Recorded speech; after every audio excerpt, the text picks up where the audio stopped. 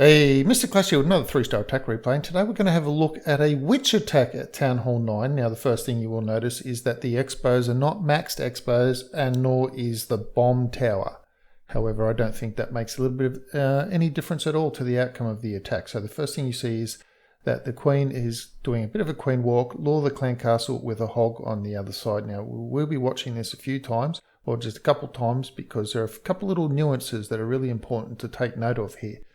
Number one, of course, is that he's using both poisons up front, so if there are any skellies, they're not going to matter. And the reason they don't matter is because he's bringing in witches, and witches have their own skeletons, and their skeletons will zero in on any other skeleton traps that are around, as well as what he's got in the clan castle, which is bowlers. And the bowlers, of course, are known to also zero in on skeletons and clan troops and royals to target them with their rocks.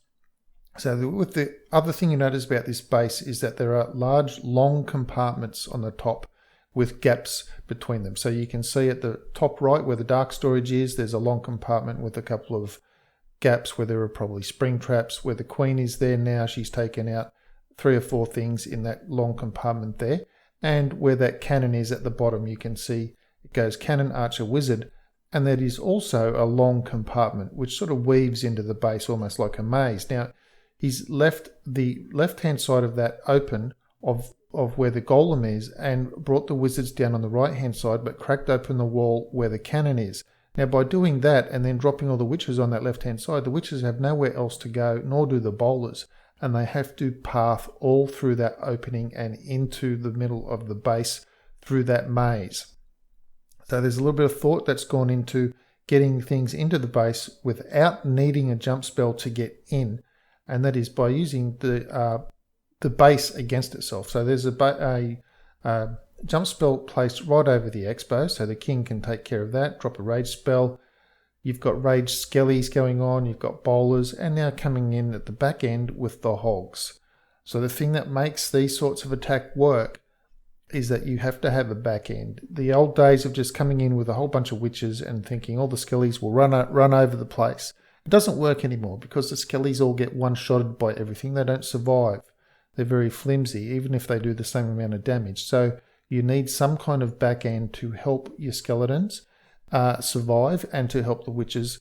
And in this case, the bowlers do double damage as well. So that's what's enabled the witches to last longer.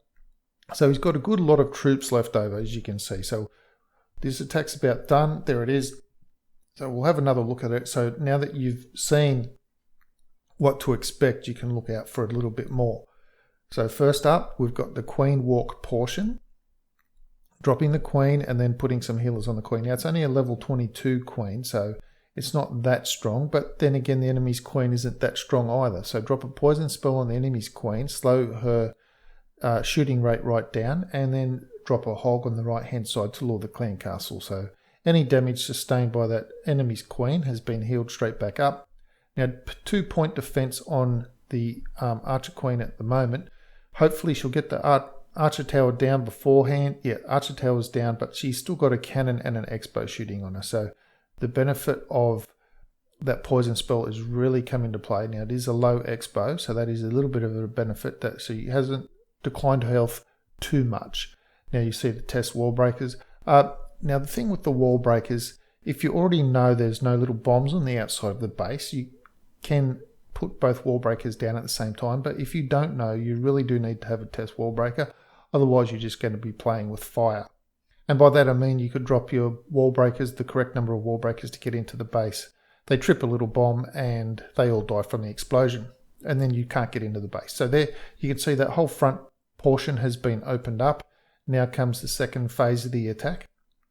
Drop the golem on that right hand side and get the wizards clearing that right hand side funnel, because you need those things cleared away. Otherwise the bowlers and the witches might path around the outside. So once that's done, here comes the bowler and the witches part. Now the interesting thing about the bowlers and the witches, why they work really well together, is that the skeletons have a tendency to run forward. Of course the golem's going in forward there and you just saw a whole heap of skeletons running, get sprung off the map.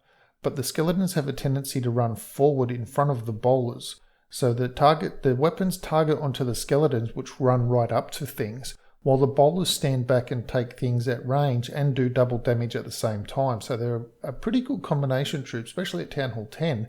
But if you can also use them, as you can see here at Town Hall 9, and now the back end part of the raid comes in with just the few hogs, one heal spell left, but there's way too much DPS on the board, on the attacking board, to stop the attack. So that is a nice little witch bowler and witch attack on a Town Hall 9, almost max Town Hall 9 except for the expos. And it works because of the way the base was set up, the funneling and so on and so forth. Anyway, that's it for today's video. I do thank you very much for sticking around to the end. Please leave a like, please leave a comment, and please subscribe to the channel if you haven't done so already. Please also share the video with your clanmates. And I'll see you in the next video.